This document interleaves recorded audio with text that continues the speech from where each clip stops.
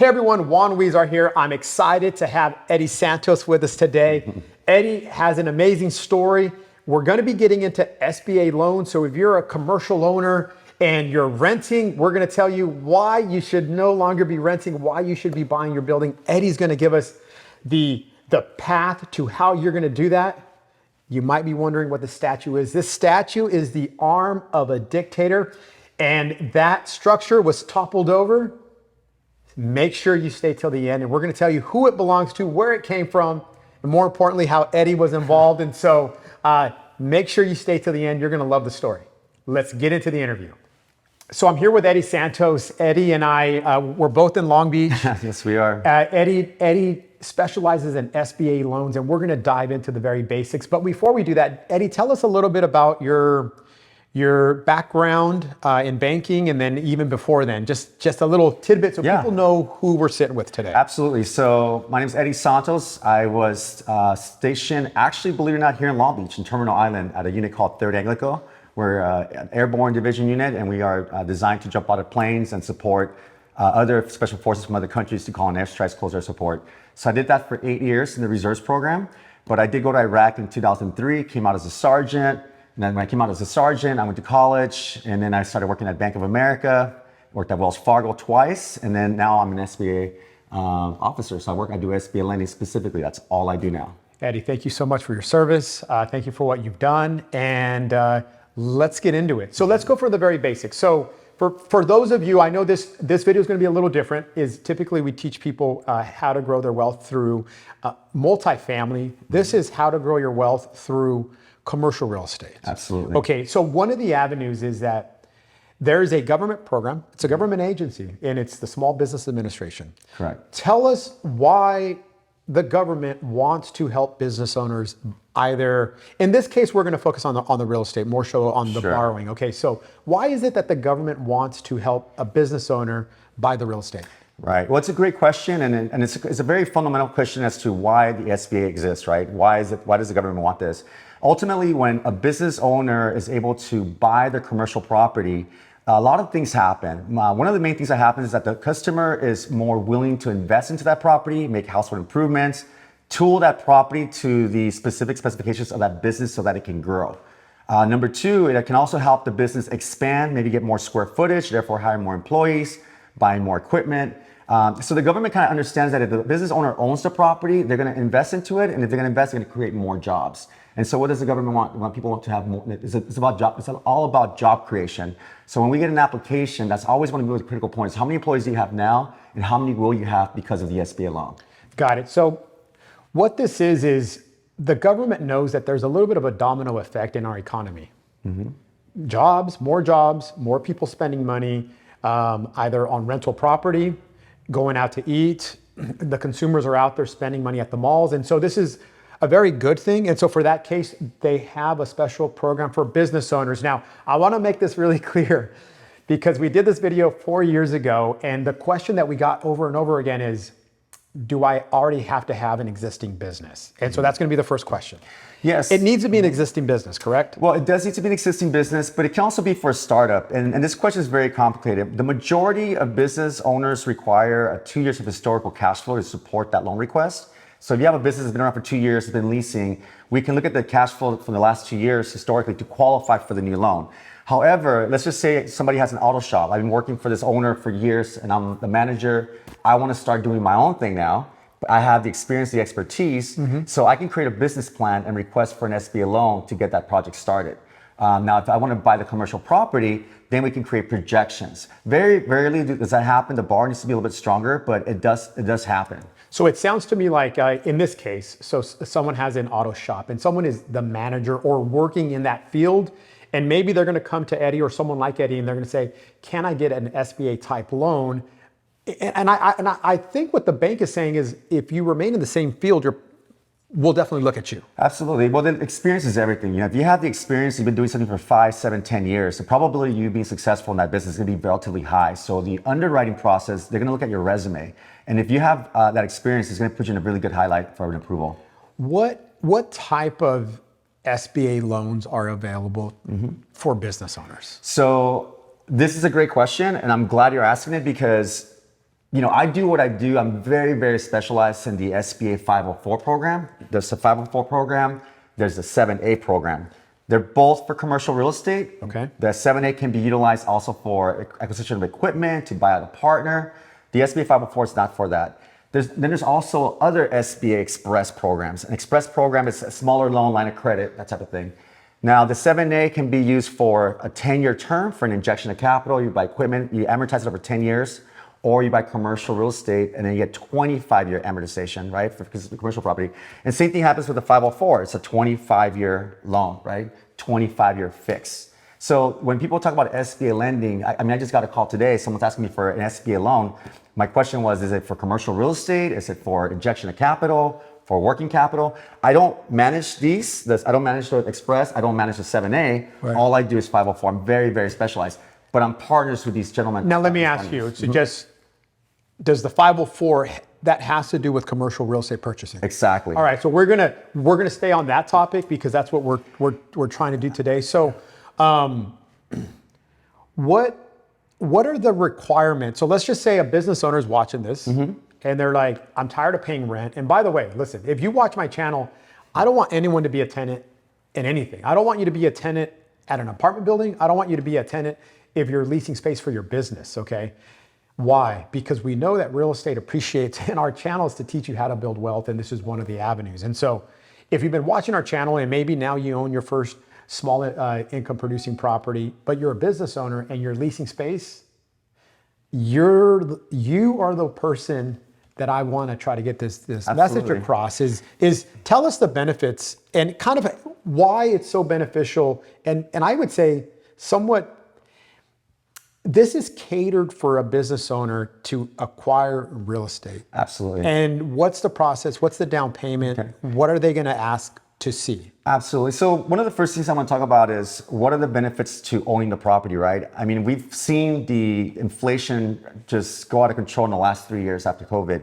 And I see a lot of business owners who their leases were up and they jumped up dramatically. So these owners they weren't planning for that fixed cost to increase that much. So owning a commercial property with an SBA program where you have a 25-year fixed loan on my portion, you're basically going to pin your payment, right? That payment's not going to change for 25 year. So that's a huge benefit. Prediction of the future. No matter what happens in the market, you can be sure that payment is going to stay there. Second thing, obviously, you have depreciation on $1 million property over 25 years. You're going to offset that. You're going to be able to offset maybe other things, maybe like your interest expense and whatnot. So there's a lot of benefits in regards to that, right? The other thing about it too is that when you buy a commercial property on the SBA program, the most simple ABCs of the SBA 504, number one, it only requires a 10% down payment. That is huge because properties here in California are expensive. $1, 20, 15, $10 million. Nobody typically has more than 10% to take out of the business working capital to invest it. So a 10% down payment is probably one of the most powerful things. The second powerful thing is the 25-year fixed amortization. The third thing, it's really much easier for us to qualify for the loan. The SBA is very lenient, where our cash flows requirements are very low. We can create projections for the client. Okay. And remember, the bank that does 50% of the loan, we do 40%. The bank is guaranteed by the government on that loan if it defaults. So the bank is only at 50% risk, right? So the banks would much rather do a 504 loan from a risk perspective where they're guaranteed by the government and they have a low LTV. Does that make sense? Yeah, it makes perfect sense. The reason why I love this, so if I'm sitting down with an investor and we're looking at a 8-unit building, okay, that 8-unit building right now, depending on how much income it brings in and the ratio against the price, they might be putting 50, 60, or 70% down on that type of property right now, given where the interest rates are at. Eddie just finished saying that you, the business owner, can qualify for a commercial building that you could buy with only 10% down. That's correct. So it's massive. So what I'm saying is that if you're in a situation where you own your business, it's so beneficial to say, I'm only going to put 10% down. I'm going to borrow 90%. So that's a huge, huge bonus. Right. The second thing he said is that 25-year payment is fixed. A lot of times, if you've been watching my channel, I tell you to buy your first fourplex or duplex or triplex. Why? Because it's fixed for 30 years. And what I'm telling you is you're capping your biggest expense. And in the scenario that Eddie just gave us, he's right. If I'm a commercial landlord and I have a lease with a business, I might like the business, I might like the tenant. Ultimately, I'm going to raise the rent, and rents keep going up. Right. And so in this scenario, it's very little down, which is what makes it special, 10% down. And also it's the capping of it, which makes it really, really important. We've seen, Eddie, time and time again, and you deal with more people in this world than I do. What ends up happening when you talk to someone maybe 10 years, 15 years after they've owned the real estate? Like what are you seeing? It's almost like they're so happy that they have equity in their property. They've been able to borrow against the property for working capital. They're helping them grow. They see their net worth go up. So, I just constantly, they're just so thankful that they actually discovered this program because of the benefits of appreciation and whatnot. And then some of them have expanded to multiple locations. Once they know the program, I have clients who have multiple locations. Insurance company, for example, they have 6 different locations. Each one of them, I help them do an SBA loan. So in this scenario, you have an insurance company, and they're smart enough to use an SBA loan at every single location. They did the first one, and then they figured it out, and then they had a rental property. They were renting the other one, and they said, Eddie, we want to buy another property, and then we just basically started doing a bunch of SBA loans for them. And what's in this specific scenario, what ends up happening is when they look to retire, now they have 2 things to sell. You have the business that they grew, and someone's going to pay because it's an income producing entity. And then you have the real estate that either you could sell or you could just rent back to the person you just sold the business to. And then now you have positive cash flow. So you're going to see a lot of correlation with owning real estate and owning multifamily. There's a lot of similarities. Now, granted, this specific one requires that you own a business. Correct. And that you go and you purchase something. Correct. Talk to us, Eddie. So someone's watching this video right now and says, what's the process, Eddie? Like, where do I start? What's the process? What are they going to ask to see? Right. Well, first of all, before we move to that one, please remind me of that specifically. I want to make it very clear that this is for owner-user, right? Meaning that you have a business, you can occupy it. I'm not going to get a call. I don't want to get a call saying, hey, Eddie, I want to have a 5-unit apartment building, 10% down. Let's do this. That's not what the program's designed. That's spectator investing, which is what we were talking about earlier. This is specifically, you want to buy a commercial property for your business. The requirement is that you must occupy 51%. You can rent out to 49. That's not a problem, but you have to meet that 51% criteria. So that's the minimum. That's really, really big important because I do get a lot of calls. People want me to finance rental properties, and that's not what I do. Yes. And I'm glad you said that. So the biggest points are 10% down, and Eddie's right. You have to occupy 51%. But and that's very important. The appraiser actually measures, and underwriters are looking at this to make sure that that's the case. Let me give you guys an example. Where we film right now, this is it's a commercial condo, and we have a few of these in Long Beach. Some other cities, out of state, commercial condos might be a little more popular. There's only so many in Long Beach. So this is one where I was able to do an SBA loan on. And because now listen, you could say that, hey, Juan says a lot of things and has a lot of beliefs when it comes to real estate, but I'm actually walking the walk. So when I decided to branch off and have our own office, leasing from somebody was not an option. And so luckily, someone told me about the SBA program, and so we bought one. And we're inside of it now. Now, when we started expanding as a business and we needed a second one, I did not realize. And so we ended up buying the condo next door, and I didn't know this, but we were able to get a second SBA loan. Absolutely. Now, in both of these scenarios, I occupy 100% of them because I really can't subdivide it. I wish I could because I would love to have a tenant, but that's not the case. Right. And if we keep growing from what you're telling me, I might qualify for a third office. Oh, absolutely. Yeah. Absolutely. And then let's talk about maybe a little bit about the parameters, right? Because the maximum, when we have $1 million purchase, the SBA is going to do $400,000 loan on that project.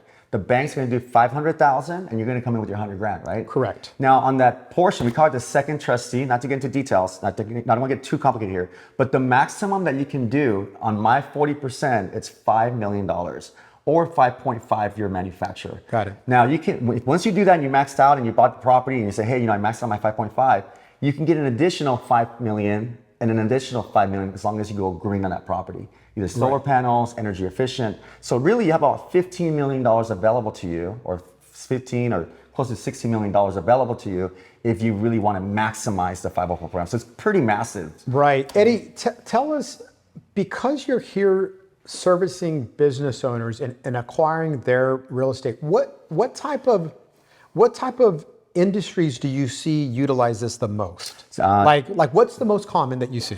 You know, it's always funny because I try to go back to my list, but just an example: auto shops, dentists, doctors, attorneys, barber shops, hair salons. I mean, manufacturing facilities, big distribution centers. I mean, really, there's nothing that we cannot do except we have to be for profit. We can't do churches or any 501c3s. So as long as you're for profit and you're not involved with marijuana or CBD, this is a federal program, so those things are not qualified. But pretty much it's across the board. I don't. Yeah. Sometimes people get really tied up in very niche. They do only storage, and they do a lot of storage because they understand the writing. But we, hotels, you name it, and then so it's not limited. So pretty much, he just gave you a slew of different industries. I mean, if you're in the medical profession, you should be buying it. If you're a professional, if you are watching my channel and you're in the world of real estate and you're the real estate broker and you're leasing space, give Eddie a call. Find out, why are you leasing space when you could be buying something? The payment's going to be fixed, and ultimately it's going to appreciate, and you're going to have another asset to control. Mm-hmm. Let's go back to the application process. Yes. So like what would someone need to prepare to kind of get things started? You know, I work with a lot of brokers and a lot of bankers, and I think the first thing that business owners want to know is, A, do I qualify? Yeah. You know, very simple. Eddie, can I qualify? Is this a pipe dream, you know? So I have clients who are paying $5,000 a month. They know that they can make that payment. So like they would like to buy a property. They're paying $5,000 a month as a lease. As a lease. Okay, so that's the example that we're going to move forward with. So obviously, if I use my financial calculator, I can pop it back in there, depending on the rate. And you can qualify for maybe about $1 million, right? But what I really do need from the borrower, it's not very complicated. I just need the 2022 tax returns and a 2023 draft of your profit and loss statement. Those two things are going to help me to see how much cash flow the business is generating, to see if it can support what amount of loan. So it's a pre-qualifier, So I can come back, I run those numbers. I also want to get just a list of all your business debt. So we crunch numbers. If I get this in the morning, by the end of the day, I'll have a pre-qual letter. I mean, that's how fast we move. And then once you have that letter and the client sees, hey, this is doable, this is what my payment looks like, then that's when the wheels start turning, like, wow, this is actually exciting. Then I start working with the brokers, and the brokers get more confident about making an offer. Let me ask you a question, Eddie. So what you just detailed is really not that hard of a process to find out. It's very interesting because although we're kind of servicing different types of clients, my people want to know, do I qualify? And we always tell them it doesn't really cost you any money, right? It's free. It's free. It's free. So it's just a matter of, you're a business owner, you should have some level of organization in your company. And so the documents that they're going to ask are fairly simple. Mm-hmm. My question is, the people that get pre-approved, are they typically buying the property that their business is located in, or are they having to go, like, what do you normally see? You know, and once again, it's one of those things where I've never done the numbers, crunch it, but if I had to take a gut feeling, it's like a 50-50. Most of the time, especially with baby boomers retiring, and there's a lot of older generations that are passing, and the new generations are actually acquiring the properties through trust, it only takes one sibling out of that trust to say, hey, I want my money, right? Yeah. And all of a sudden, the owner gets the door and say, hey, you've been a good tenant. We want to give you the right to first refusal to buy the property. I see a ton of that lately. Okay. But yeah, if you have to give a ratio, I would say it's probably like a 50-50 right now. Okay, so if you're a business owner, so in this case, let me just say that you're a dentist somewhere. Yeah. Mm-hmm. And maybe you're in a big structure and that requirement of occupying 51% doesn't apply. Mm-hmm. So in that scenario, you may not be staying in that location, but then you get pre-approved with Eddie, you hire someone like me, and then we start looking for... Oh, absolutely. Yeah. Available properties where we could try to place you. And so what Eddie's saying is that, hey, 50% of the time, they're in a position where they could stay put. Mm-hmm. And other times we need to look elsewhere, which is really not a problem. Eddie, so someone's got the 10% down, they're getting pre-approved. They're gonna wonder, what is the interest rate that we're seeing right now? Like, is it more than multifamily? Is it right? Is it less? Yeah, well, this always changing. Rates are always changing. I Right. mean, they did climb up pretty steadily in 2023. Okay. Prime right now is at 8.5, and so it was at 8.75. It's down to 8.75. Our CDC, which is a community development center, we're not for profit, right? I'm a 501c3. So we are licensed by the SBA to underwrite, package, and service the loans. So we don't say, hey, this is your rate, and you can go to another CDC and get a different rate. We're just almost like servants to the SBA, and to the clients, and to the banks, and to the brokers. So our rate right now is based on the 10-year treasury, and we call it's called a debenture. Not to scare you, but it's called a debenture, the 40% we talked about earlier. Our portion of it for the deals that funded this month was 6.36, which is really good because the rate popped up to 7.5. Right. Now during COVID, our rate went below 3%, like everybody else did. So, but the good thing about the SBA program is that it's always going to be under prime. It's usually always under prime. So it's always going to be a better, stronger rate. Well, just right now you said 6.6. If I go buy a house, if I just go buy a house, I might be paying more than 6.6. Oh, yeah. 6.36. But yeah, 6.36. So it's right in line where I would say that's cheap money. It is cheap money. It's cheap money. Yeah, it's great. It's pricing. And right now the banks is remember the thing about rates is that it all depends on your credit, right? So on the best credits are going to get the B of A rates, the Wells Fargo rates, the Chase rates, the U.S. bank rates. B of A is roughly around 5.5. They're aggressive. They're like 5.5, 5.5. That's one of the most aggressive banks out there. Wells Fargo is like right behind there. Okay. So you have all these great banks who have really good rates for good cash flow. But then there's all these other banks here, right? If your cash flow is not as strong, or if you're in a specific industry that's a little bit more higher risk, like a gas station or something that's really higher risk, some banks don't like to do those deals. Right. So then you have banks over here that will do maybe more like in the 7% range, upper 7s, mid 7s. And then you have other banks over here that are higher risk clients, right? Clients where the deal barely cash flows, very heavily on projections. Now that's going to be anywhere between 8 and maybe 12% or 11%. But that's only on 50% of the loan. But our portion as the debenture of all CDCs is right now, for this month, was 6.31, and it changes every month. And so if you're watching this and you're like, okay, a lot to think about, but a lot of times in life we have anxiety, and most times that anxiety is because we don't know something. Absolutely. And now let me ask a question, because I was going to tell people, let's do away with the anxiety. You're a business owner. You're wondering, do I qualify? Reach out to Edi. Which reminds me, we have nationwide reach now. In fact, we have so many people supporting our channel in just about every state, and I appreciate everyone's comments. Really appreciate you guys helping us get to 10,000. Can you do loans? If someone's watching this and say, well, Edi's in Southern California, can he do a loan in Texas? We partnered before with other CDCs. We find a transaction. We've been doing transactions in Arizona and Texas. So it's all about our partnership and our network as the CDC as well. We have other CDCs that call us from other states too, say, hey, you're licensed in California. Can we team up on this deal? So the answer is yes. There's a way to go about it. Got it. Obviously, there's SBAs nationwide. So right. I'm getting calls from New York, from Nebraska. So you could service those type of calls. Well, I can service the calls, absolutely. You could service the calls, and then what you're saying is you might have to refer or partner up with someone to be able to make it happen, but it's not going to be at an expense passed on to them. Absolutely. It's all going to be the same. Yeah, and it's all service, right? So if I get the call, I'll be the one helping you with it. I'll make that transition very smooth for you. Right. Mm-hmm. Someone might want to know, hey, Juan, you're not asking the hard questions. So let me ask what someone might say. What are the risks and challenges involved with SBA? I think the biggest risk is possibly maybe being an owner user. Maybe at one point you're 100%, and then maybe your business took a turn, and now you need less space, and you're renting less, and you get to the point where you're under 50%. And then, so you're going to be at that point, you're going to be not complying to the rule, Right. I don't see it often, but that's one thing I take in consideration.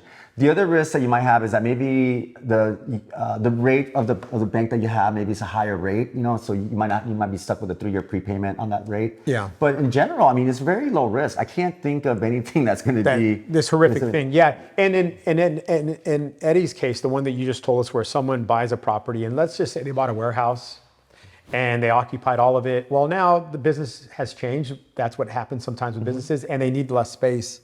Someone might be watching this and say, hey, does that mean that that loan gets called, or do I lose it? Like, what happens? And I know it doesn't happen often, but what would happen? I would think that happens. Doesn't happen overnight. Yeah. Probably something that happens after 5-7 years of being in business. Yeah. You pay down the principal so much, and you can just refinance the property at that point. Okay. So there's always a refinance option to maybe pull out, and then hey, there's enough equity in there to go conventional now. I want to get into some misconceptions. Some people think that it's free money. Would you mind? No more PPP. No. Yeah. No, it's not free money. It's government money, right? So there's nothing free about it. There are fees involved on our portion that can be added into as part of the loan. So out-of-pocket costs are relatively low. We can finance those costs into the loan. But it's definitely, like I said, it's a government loan. The bank does 50%. We're doing 40%. Not say we, because I'm the CDC. Once again, Right. I'm the steward for the program. I'm a community development center or corporation. And the government's going to do the 40% at a rate. So the rate's always going to be something, 6.3. Even right now, for example, you have disaster loans. What's a disaster loan? 3.75, 30-year fixed. So they're reasonable terms. Right.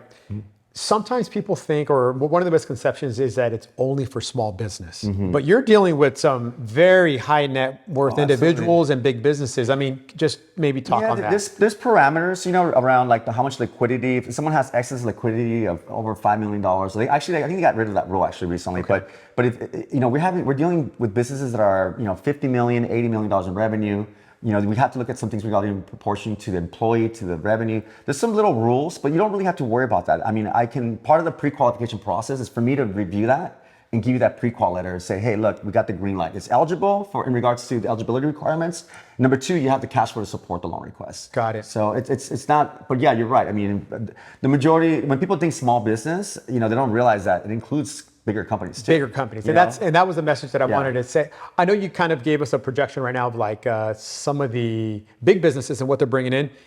Someone watching, if they're thinking, is there a loan that's too small? I mean, let's just say that you're looking at a office condo for $200,000. Like, can you get an SBA loan for that? The company I work for, we're very efficient. We're very fast in what we do. We do hundreds of transactions a year. Yeah. So, for me, and also I can talk about my leadership in my office and in the company I work for. We want to help. We're not sitting here going, oh, the deal's too small. I don't have time for you. I mean, I love money. I say this all the time. I love money like anybody else. But I love helping people even more. So if you have a small transaction, $400,000, $500,000, I think Randy and I are working on a smaller deal. Okay. We're always going to look at those deals. We'll see what's better fit for the client. If it makes sense for the client, go 504. Hey, it's one more thing off another person I'm helping out that year. So I love helping the small clients. One thing that I like, so it's January 2024, and if you were to ask me how's the commercial market, I would say the commercial market is probably not as strong. Now you might say, well, then why would I want to buy it? Well, because it's not as strong. So right now you can negotiate. Yeah. So make sure that you align yourself with an experienced commercial broker who has experience with SBA loans as well, because you need that experience to help negotiate and kind of navigate that process. Someone might ask, some people think that it's not for startups, but you're telling us that you could legitimately be a startup and maybe qualify. Talk to us about that process. Yeah, I mean, it's not something that happens a ton. Okay. It doesn't come through my desk a lot, but I mean, people do get the idea like, hey, I'm going to start a t-shirt company. Let me start up. So a lot of times when they do a startup, people are not looking for a startup to buy the commercial property. They're looking for a startup loan to help them with the working capital, to buy the equipment, for the marketing, for the t-shirts, for the material. That's typically what the people's perception is of an SBA loan. Hey, I'm going to go to the bank and get an SBA loan for $50,000 or $100,000. Yeah.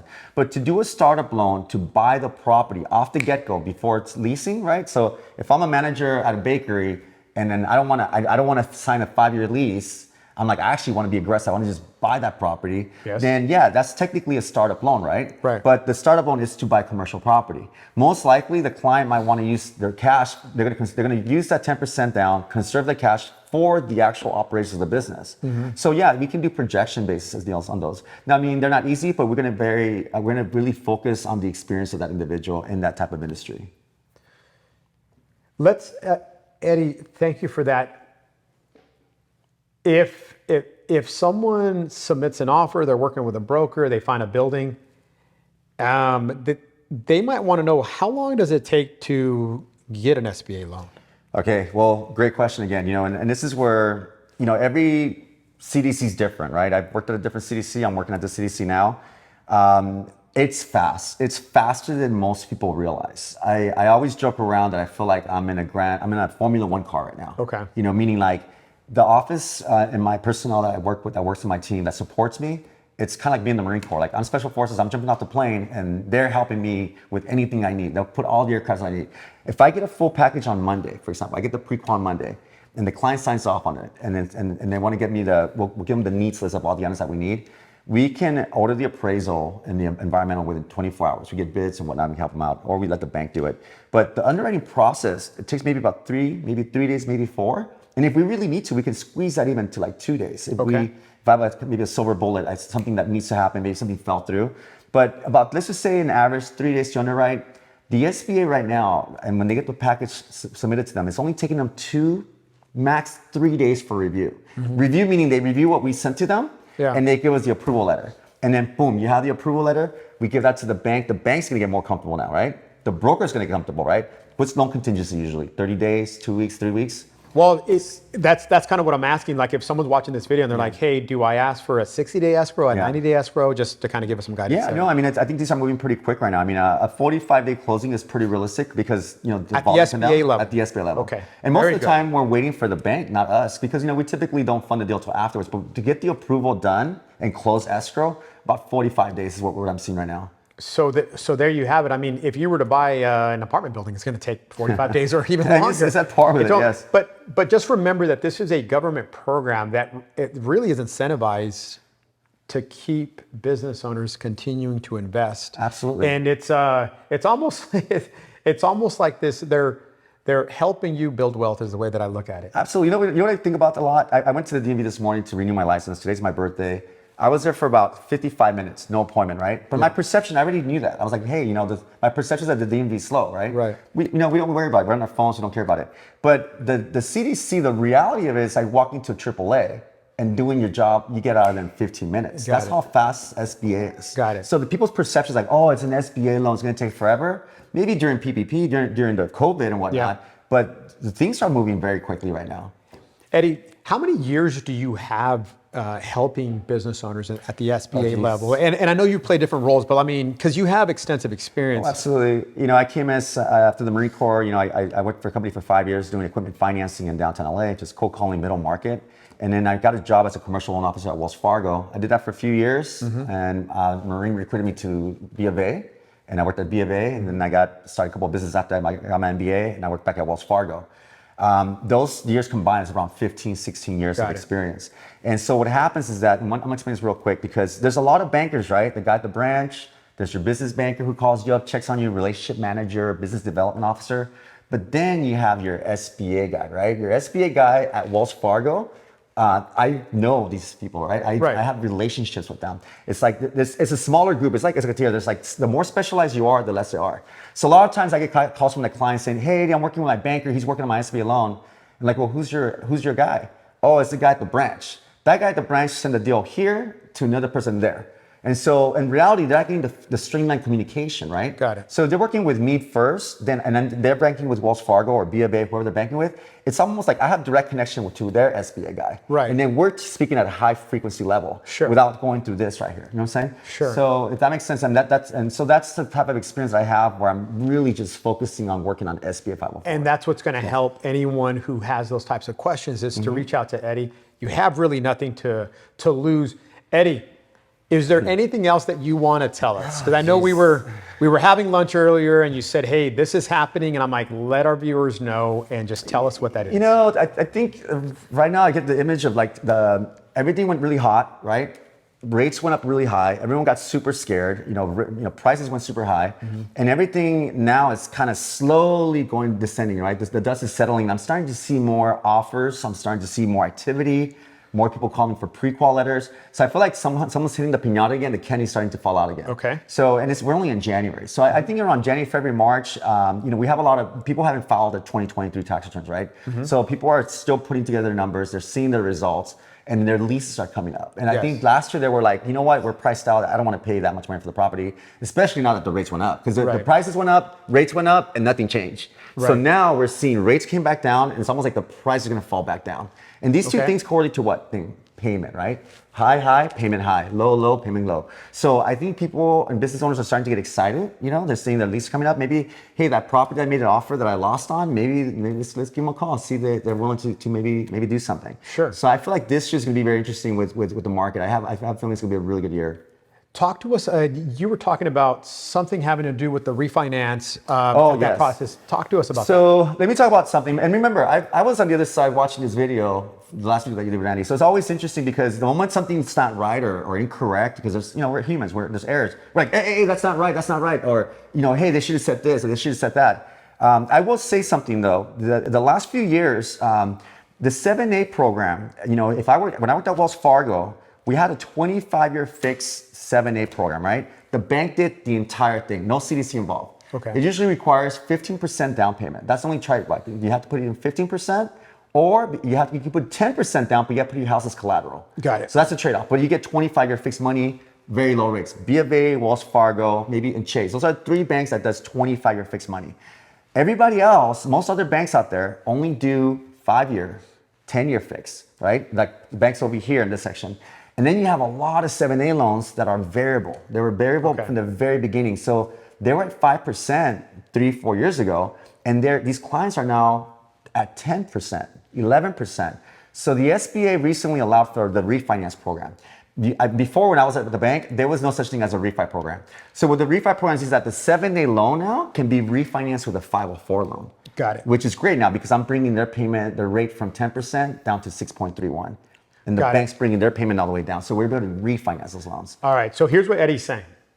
Now, I know it's a lot of information. And from the very beginning, we said, hey, there's 504 loans, which for the most part stayed the same. Mm-hmm. What Eddie's talking about is at the 7A level, depending on the type of business and depending on the type of loan that they got, could have been variable, meaning that it's going to change. So when they signed up, they were probably at a very favorable interest rate. 5 when everybody was at 3 and 2. Okay, so they were probably at 5%. What Eddie's saying now is that business owner's interest rate could have doubled in some cases. So now it's 10%. Mm-hmm. And so before, SBA did not have a program to refinance this loan out and put them get them out of the 7A back to the 504. Mm-hmm. But you're saying that's a new program then? Right. Okay. Mm-hmm. Okay. And so that's going to be this really beneficial thing that if you're over here struggling, like, oh my gosh, I got this, a certain type of loan that now keeps changing, reach out to someone. Yeah, and then these clients are so happy to see me helping them refinance. One thing, right? That I'm pinning their payment out and bringing it down. Yeah. But I'm also doing cash out too. Okay. For working capital and for expansion. So we have transactions where we're pulling $300,000 of cash out because the equity's there. You know what I'm saying? Got it. So that's also a huge thing. And that's only on the on the 7A, but it's only on the 7. Well, it's a 504 refinancing it. So we're going to pay out that 7A. Yeah. But there's enough equity in there where we can still do cash out. If there is enough equity. If there's enough equity. So someone could lower their payment, pull some money out for whatever they might need, equipment, et cetera, and then be in a win-win. Oh, absolutely. It happens. And it's happening now. And I love seeing those clients. The face that they have when that deal closes is like, Eddie, this is amazing. Like, you helped me. You brought my payment down, you locked in for 25 years, and you gave me $300,000 of working capital. Got it. I mean, it's like, cool. It's so much fun seeing doing those transactions. Perfect. For anyone watching this, we're going to make sure to have Eddie's information down below. Eddie, by the way, is bilingual. He does speak Spanish. Hablo español. So listen, we're in Southern California, and there's a lot of business owners that sometimes could prefer just to speak in a different language. In this case, it's Spanish, but even if it's another language, I'm sure someone in Eddie's office could help you. Mm-hmm. So feel free to send him a message. We're going to have his information. Now, that's it for SBA. Okay. All right. We're going to talk about, so Eddie served in the military, fought in Iraq, and we're going to share this story. I've never shared this story on a camera, so this is going to be interesting. And people have been asking me for years, and this is going to help me just get it out of my back. Let's go. I'm tired of telling this story. Let's go. Right. Tell us what you can about what this is and where it came from. Yeah. What you're able to tell us. Well, first of all, I'm not sure who's going to be knocking on my door after they see this, so I'm a little bit worried about that. But let's see So hopefully it's just a fun thing. Nobody can really prove anything at this point. Go ahead. But no, this is something when I was in Iraq, we were the first group of Marines that crossed the line. And, after being there, our mission was over. We're ready to go back. And, they were toppling statues. Every time we went to a small village or a town, the people would come to us and they were so thankful for us for being there. We got liberated from a dictator in the southern parts of Iraq. So they would call our vehicles, and the vehicles would come over. The engineers would come and pull the statues down. And so, for us, we're just moving along and going to our next mission. But every once in a while, like when we go back and refuel, get our ammunition, we get our chow, we would have these kind of square area blocks all gated. Yeah. And so, the gated areas are pretty long. It's almost like 5 blocks wide. It's a long thing. But they had the chow food over there. They had the ammunition. You had the sit call. So we were coming back from eating chow, and I saw this statue that the engineers had broken in pieces. The head was over there. For people who don't know, whose statue is this? This is Saddam Hussein's statue. Saddam Hussein's statue. Right. In what area? Kind of like the east-south side, kind of like near Basra. So the people had toppled it over. Right. And you're in the area and you see this. Well, the engineers brought it back into our area. They Got it. chopped it in pieces, and I think they took the head, because we're the British and the Irish. Yeah. They cut the head off. Got it. And they cut it in pieces. So there's this mantle body, with Right. the chest was cut off, and Right. and you have these really powerful saws, because this is really thick. So Yeah. anyhow, my friends and I were walking by, and I grabbed it, and I'm like, I'm taking this back. And of course, what did my friends say? You're freaking crazy, Santos. Like, there's Right. no way. They were making fun of me the entire time. So they left me behind, and I'm carrying this thing over my shoulder. And all of our vehicles are parked, like one side to each other. And then everyone's playing cards. It's 120 degrees out there. Yeah. It's hot. Right. We're on shorts, and I'm carrying this thing, and everyone's just kind of looking at me like, what an idiot. Like, there's no way you're gonna take that home. And I'm Eddie. People who know me, they know I'm a little crazy. And I was like, dude, I don't care how this is gonna happen, but I'm taking this home.